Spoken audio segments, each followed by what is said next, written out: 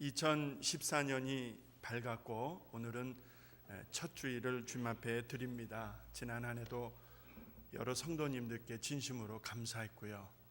올 한 해 어떤 일이 우리 앞에 놓여 있을지 모르지만 그러나 지금처럼 또 지금까지처럼 함께하고 서로 위하고 서로 돌아볼 때에 넉넉하게 이기며 아름다운 교회로 세워져 가게 될 줄로 믿습니다. 이 아름다운 역사에 여러분 한 분 한 분이 다 주인공이십니다. 들러리가 아니라 여러분들이 주인이시고 주인공이십니다. 물론 진짜 주인은 우리 하나님이시지만 함께 아름다운 동역을 이 안에도 함께 해갈 수 있기를 다시 한번 주님의 이름으로 부탁드립니다. 할렐루야. 아버지 하나님 고맙습니다. 하나님의 말씀 앞에 저희들 모였습니다. 그 말씀이 우리를 살리는 말씀이 되게 하시고 우리의 뜻과 생각과 마음의 깊은 곳까지 감찰하시는 말씀 되게 하셔서 하나님 앞에 충성된 종들로 세워지는 아버지 하나님의 귀한 백성들, 믿음의 사람들, 말씀의 사람들, 성령의 사람들이 되게 하여 주시옵소서. 예수님의 이름으로 기도합니다. 아멘. 옛날 어느 부자의 이야기를 잠시 말씀을 드리려고 합니다. 부자에게 세 며느리가 있었는데 요즘에는 환갑잔치 안 하시잖아요. 근데 예전에는 환갑잔치를 거하게 했습니다. 동네 잔치로 했거든요. 제가 늦동이라 저희 아버님이 환갑잔치 하실 때 제가 막 초등학교를 졸업하고 그럴 때였었습니다. 그래서 동네 잔치 하는 것을 저는 기억합니다. 하여튼 전혀 모르는 사람들도 와서 같이 식사하면서 흥을 돋구고 즐거워했던 그 잔치를 저는 기억을 합니다. 이제 환갑을 맞은 그 집안의 어른이 며느리를 불러놓고 쌀 한 줌씩을 쥐어줍니다. 얼마라고 그랬습니까? 한 줌입니다. 한 바가지도 아니고 한 말도 아니고 한 가마도 아니고 한 줌씩 딱 쥐어줍니다. 그리고 10년 후가 되면은 내 고희가 될 때에 너희들이 선물을 준비하면 좋겠다, 이렇게 요청을 했다고 합니다. 자, 방에서 나온 첫째 며느리 뭐라고 했을까요? 여러분이 첫째 며느리가 한번 돼 보십시오. 뭐라고 했을 것 같습니까? 우리 아버님 노망 드셨네. 그러니까 요즘 말로 하자면은 치맥기가 있겠다, 이렇게 생각할 수가 있겠죠. 그러니까 노망 드신 거예요. 이걸 가지고 뭐 어쩌라는 얘기인가. 첫째 며느리의 말입니다. 아니, 쌀 한 말도 아니고 한 가마니도 아니고 한 줌을 주고서 잔치 선물 준비하라고 그러면서 마당에 오가고 있는 닭들에게 뿌려버립니다. 둘째 며느리는 뭐라고 했을까요? 둘째 며느리가 되어 보십시오. 뭐라고 했을 것 같습니까? 우리 아버님 농담하시네. 뭐 잘못 드셨나? 그러면서 한 줌의 쌀을 집으로 가져가서 쌀떡에 던져버립니다. 그리고는 잊어버립니다. 어른이 무슨 말씀을 했는지 잊어버립니다. 그리고 세 번째 며느리, 그는 뭐라고 했을까요? 항상 이 뒤에 나오는 사람이 중요하더라고요. 세 번째 며느리 뭐라고 했을 거예요? 여러분이 한번 상상해 보시기 바랍니다. 세 번째 며느리 아무 말이 없습니다. 아무 말이 없습니다. 그리고는 한 줌의 쌀을 준 채 집으로 돌아와 한참을 생각을 합니다. 그렇게 해서 끝이 납니다. 그리고 10여 년의 세월이 흘러갑니다. 고희를 맞게 된 시아버지가 온 가족을 모이게 하고 이렇게 묻습니다. 10여 년 전 내가 너희에게 쌀 한 줌씩 쥐어주면서 오늘 이 고희 잔칫날 선물을 준비하라 했는데 어찌 되었는고 묻습니다. 아버지가 묻습니다. 준비되었으면 가져오너라. 그러니까 큰 며느리 뭐라고 했을까요? 아니 어째 그런 일이, 언제 그런 일이 있었습니까? 반색을 하고 반문을 합니다. 둘째는 어떻게 여겼다고요? 농담으로 여겼습니다. 그러니까 다 잊어버렸고요. 그렇게 해서 참 난색한 그런 지경에 바로 세 번째 며느리가 조그마한 장부 하나를 꺼내더니 시아버님께 건네드립니다. 장부를 읽어보던 시아버지 그만 깜짝 놀랍니다. 왜 놀랐을까요? 그 장부에는 다음과 같이 적혀 있습니다. 소가 5마리, 돼지가 10마리, 염소가 20마리, 그리고 닭이 100여 마리. 아멘 하셨습니다. 이렇게 크게 늘렸다는 얘기죠. 셋째를 바라보면 막내야, 이게 다 뭐냐? 너는 어떻게 이렇게 준비할 수 있었느냐? 궁금해서 물을 때에 셋째는 아버님께 이렇게 대답을 합니다. 아버님이 주신 쌀 한 줌, 그것을 가지고 저는 한참을 생각하다가 뒷집에 가서 병아리 1마리와 바꿨습니다. 1년이 좀 지나니까 병아리가 알을 낳더군요. 그 알을 팔아서 또 병아리를 샀습니다. 3년이 지나니까 어느새 닭이 100여 마리가 넘게 되었습니다. 이때 닭을 몇 마리 팔아서 염소 새끼를 샀습니다. 그랬는데 언젠가 고맙게도 염소가 새끼를 낳더군요. 그러다 보니 돼지 2마리를 사게 되었습니다. 그러다 보니 송아지를 1마리 살 수 있게 되었습니다. 이런 내용들이었습니다. 아버님, 생일 선물로 부족한 것 같습니다. 그러나 받아주십시오. 이렇게 따스한 말까지 함께 건넵니다. 시아버지의 마음이 어땠을까요? 여러분 한번 생각해 보세요. 그 아버님이 이 말을 듣고 나서 얼마나 기뻐했을까? 우리는 충분히 상상할 수가 있습니다. 자초지종을 다 듣고 난 아버지 뭐라고 했을까? 내가 믿고 맡길 사람, 우리 집안, 이 집안의 많은 재산, 이 가문을 대를 이어서 이어갈 사람은 너밖에 없구나. 내가 막내에게 상속할 테니 이제부터 내가 맡아서 수고하라, 관리하라, 이렇게 말씀을 주시더라 이 말입니다. 저는 이야기를 읽다가 한 단어가 제 머리에 이렇게 싹 스쳐 지나갑니다. 그 단어가 무엇이었을까요? 여러분들 같으면 이 사건을 한 단어로 집약해서 표현한다면 어떤 단어로 표현해 보실 수 있겠습니까? 제 마음에는, 또 여러분의 생각 속에는 여러 가지가 가능하겠습니다. 열심히 산 모습도 있고, 충성스럽게 산 모습도 있고 다 있습니다. 성실이란 단어가 제 마음에 이렇게 떠올려지게 되었습니다. 성실이란 단어가 떠올려지면서 성실하게 산 사람의 대가가 반드시 있다고 하는 사실을 보게 됩니다. 어떤 사람이 먼 곳에 출타를 합니다. 그리고 그 집의 종들에게 재능을 따라, 이것이 중요합니다. 그러니까 왜 저 사람은 나보다 많이 줬어? 이러고 따질 수 있지만은 주인이 볼 때는 얘는 5개 맡을 수가 있고 얘는 2개 맡을 수가 있고 얘는 하나밖에 맡을 수가 없다. 이런 판단을 누가 내려요? 주인이 내리는 것입니다. 먼 곳을 출타하면서 그 집 종들을 불러 주인이 재능을 따라 달란트를 주는데, 여러분 먹고 놀라는 것이 아니었고요. 나중에 주인이 돌아올 때에 셈할 것을 전제합니다. 그리고 한마디로 주인 없이도 먹고 노는 것이 아니라 성실하게 일하라는 의미가 담겨져 있는 것입니다. 그래서 하나에게는 5달란트, 다른 하나에게는 2달란트, 그리고 마지막 종에게는 몇 달란트를 줬습니까? 1달란트를 주었죠. 너무나도 잘 알고 있는 말씀입니다.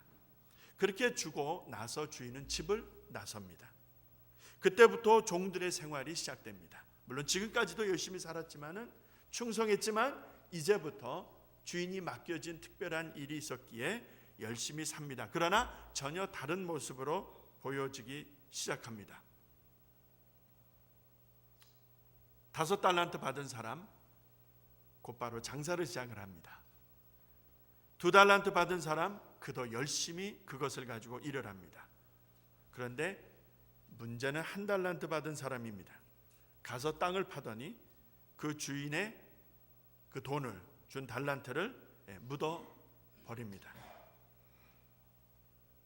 그렇게 해서 시간이 흘러갑니다. 2 종은 열심히 일을 하는데 한 종은 묻어버리고 잃어버립니다. 오랜 시간이 지나서 마침내 주인이 돌아오게 되었습니다. 그리고 그 종들과 더불어 회개하게 되었다라는 말씀입니다. 5달란트 받은 자는 5달란트를 남겼다라고 말씀합니다. 배나 이익을 남긴 것입니다. 2달란트 받은 자 역시도 열심히 일한 까닭에 2달란트를 남겼다는 것입니다. 이들 모두는 주인의 칭찬을 받게 됩니다. 어떤 칭찬인지 아십니까? 3가지로 구분이 됩니다. 3가지로 구분을 할 수 있는데 마태복음 25장 21절 23절에 나오는 말씀인데 제가 말씀을 드릴게요. 들어보세요. 그 주인의 칭찬은 3가지. 첫 번째, 착하고 충성된 종아라는 말입니다. Good and faithful servant, 이 말입니다. 이것은 성경의 열매와 같다 이렇게도 생각을 해봅니다. 성경에 풍성한 열매들이 맺어질 때에 충성의 열매가 있죠. 선한 열매가 있죠. 주인의 눈에 이 종들은요 착한 거예요. 그리고 충성된 거예요. 이 주인이 인정하는 것입니다. 얼마나 기쁘겠습니까? 지금까지 수고하며 고생한 보람이 있지 않습니까? 인정해 주시는 분이 계시니까. 2 번째, 많은 것으로 내게 맡기겠다라는 말이 있습니다. 이 말을 영어 성경에서 보면 I'll put you in charge of many things 이렇게 되어 있습니다. In charge. 그러니까 모든 많은 영역에 이 종들이 charge라는 게 감독을 할 수 있는 게 주관할 수가 있는 거예요. 더 많은 일들을 주인의 입장에서 일을 하게 되는 것입니다. 그냥 시키는 것만 하는 말단 종들이 아니라 뭔가 주인 입장에서 일을 하는 그런 어떤 위치와 역할을 보증받게 됩니다. 마지막 3 번째, 이것이 너무나도 좋죠. 주인의 즐거움에 참여할지어다라는 말입니다. Come and share your master's happiness 이런 말입니다. Come and share. 오라 나랑 함께 나누자꾸나. 내가 너무나 기쁜데 내 기쁨에 함께 동참하자꾸나.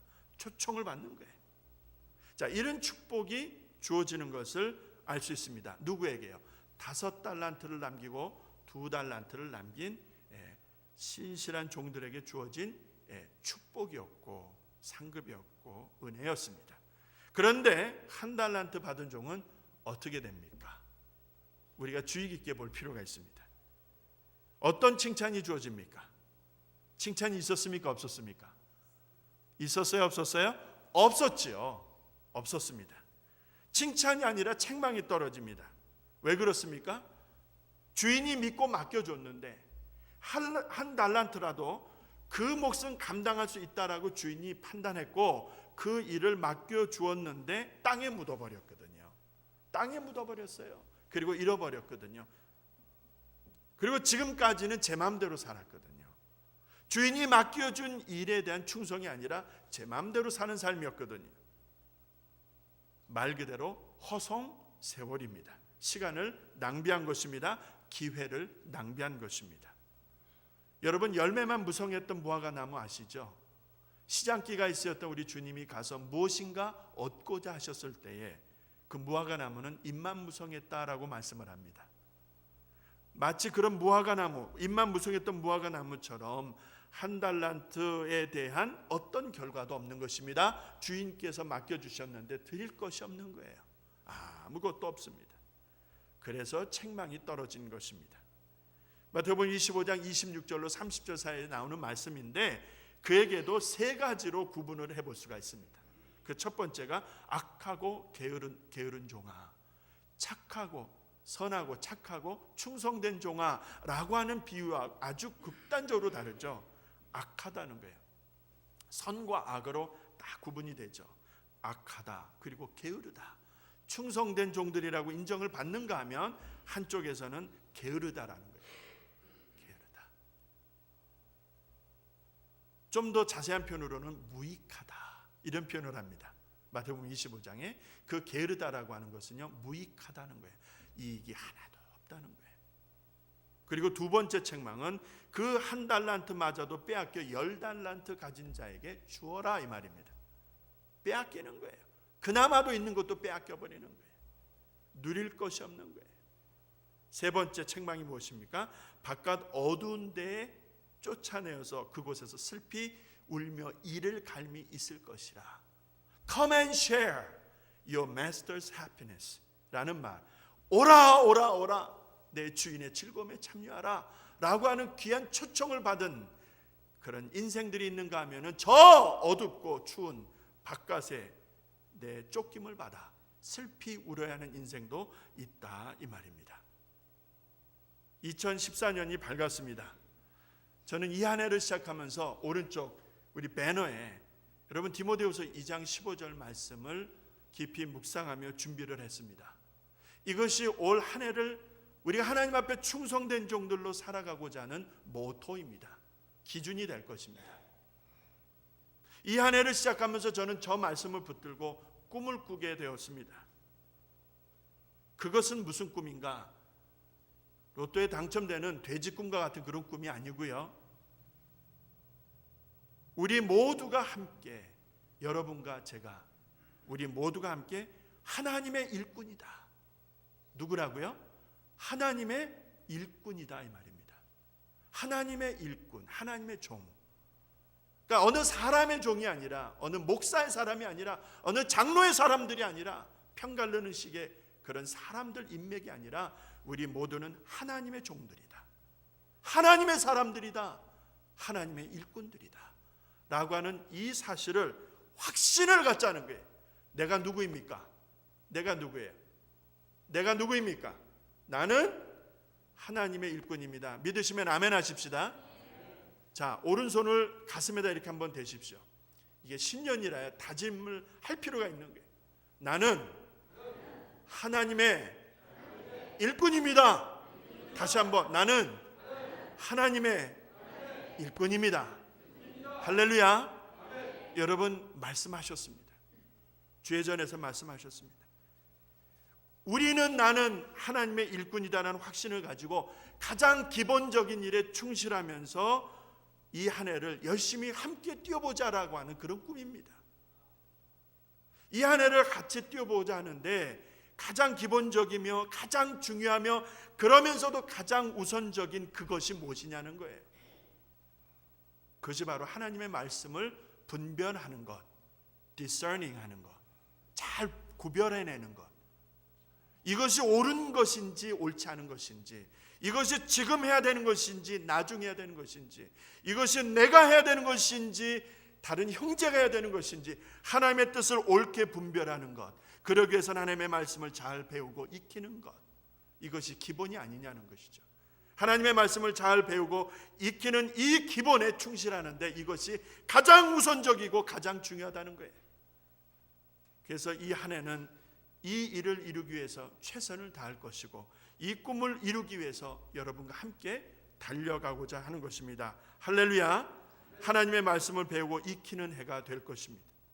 그래서 지난주에도 여러분에게 1년 동안 읽으시라고 성경 1년 표를 넣어드렸습니다.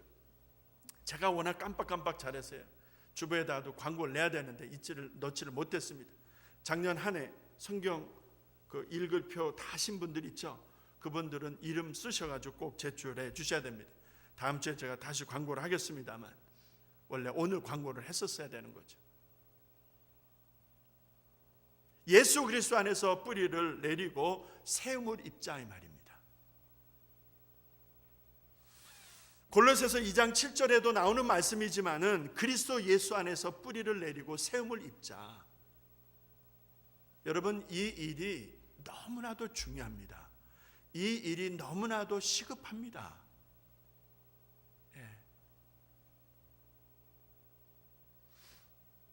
여러분과 제가 한번 멋지게 이 꿈을 이루어보는 이루어내는 2014년이 될 수 있기를 주의 이름으로 축원합니다.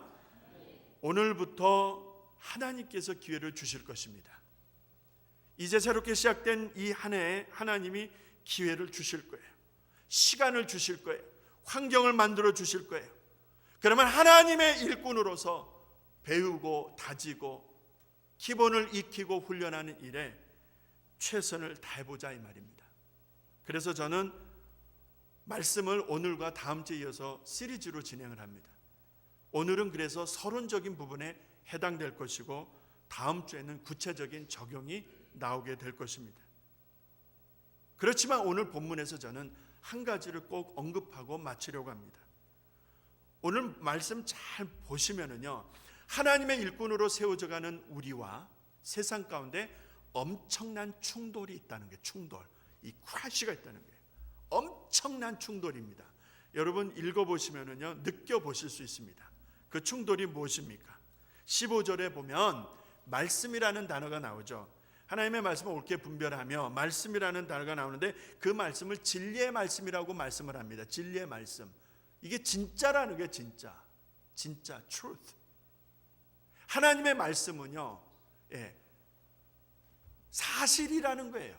생명을 살리는 하나님의 말씀, 진리의 말씀이라는 것을 15절에 분명히 말씀하고 있습니다. 그래서 하나님의 사람들이 이 말씀을 잘 배우고 익히며 분별하는 일에 최선을 다해야 한다라고 말씀을 합니다. 그런데 그 일에 대적하고 엄청난 힘으로 충돌을 일으키는 힘이 또 있다 이 말입니다. 그게 무엇입니까? 16절을 보세요. 16절에 보시면은 망령되고 헛된 말이라는 게 나오죠. 할렐루야. 보세요, 여러분. 잘 보셔야 됩니다. 이것이 하나님의 진단입니다. 이것이 하나님께서 보시는 판단입니다. 하나님의 말씀으로 하나님의 사람들이 훈련되어지고 옳게 분별하면서 그리스도 예수 안에서 뿌리를 받고 세움을 입는 이 거룩한 역사를 회방하는 강력한 힘이 있는데 그 힘이 말이라는 거예요. 말.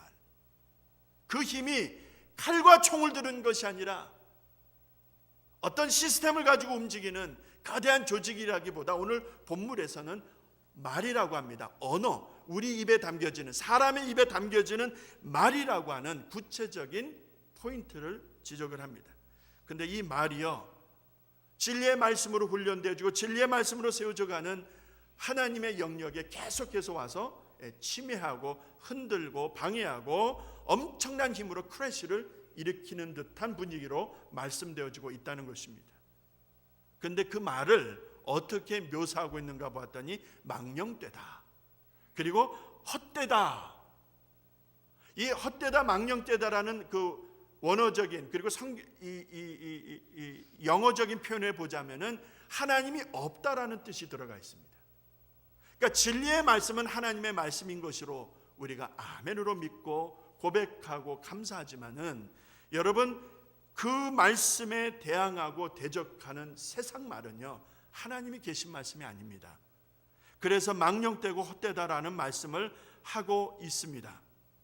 세상이 이런 말들로 인해서 넘쳐난다는 게, 무익한 말로 인해서 세상이 오염되어지고요, 이러한 그 말들이 거대한 쓰나미와 같은 힘을 가지고 한 도시를, 한 영역을, 심지어는 한 나라를 다 통째로 날려버리는 거예요. 이런 말들이 홍수가 되어서 넘쳐나는데 오늘 본문에 보니까 대표적으로 후메네오와 빌레도라고 하는 이름이 언급됩니다. 한 사람은 구체적으로 누군지 알 수가 없어요. 그러나 분명한 것은 이 사람들의 이름이 언급되어지는데 이 사람들이 어떤 사람인가 보았더니 18절에 보면 이 사람들에 대한 진단이 나옵니다. 그 다음 절 18절에 이 17절에 나오는 이 두 사람의 이름과 함께 이 사람들을 따르는 무리들이 하는 짓거리가 18절에 나오는 말씀이라 이 말입니다. 18절에 보면은 무슨 말씀이 나옵니까? 부활이 이미 지나갔다. 부활에 대한 정면 도전입니다. 부활이 없다라는 것이죠. 하나님의 역사, 십자가와 부활. 성경은요, 복음에 대해서 말씀을 하는 거예요. 요한복음 3장 16장. 하나님이 이 땅에 우리에게 오셔서 생명을 주시는데 이 복된 소식, 한마디로 그리스도 예수의 십자가와 부활 사건 아니겠습니까? 이것을 빼놓으면은 무엇을 말할 수 있겠습니까? 예수 그리스도의 핵심 사상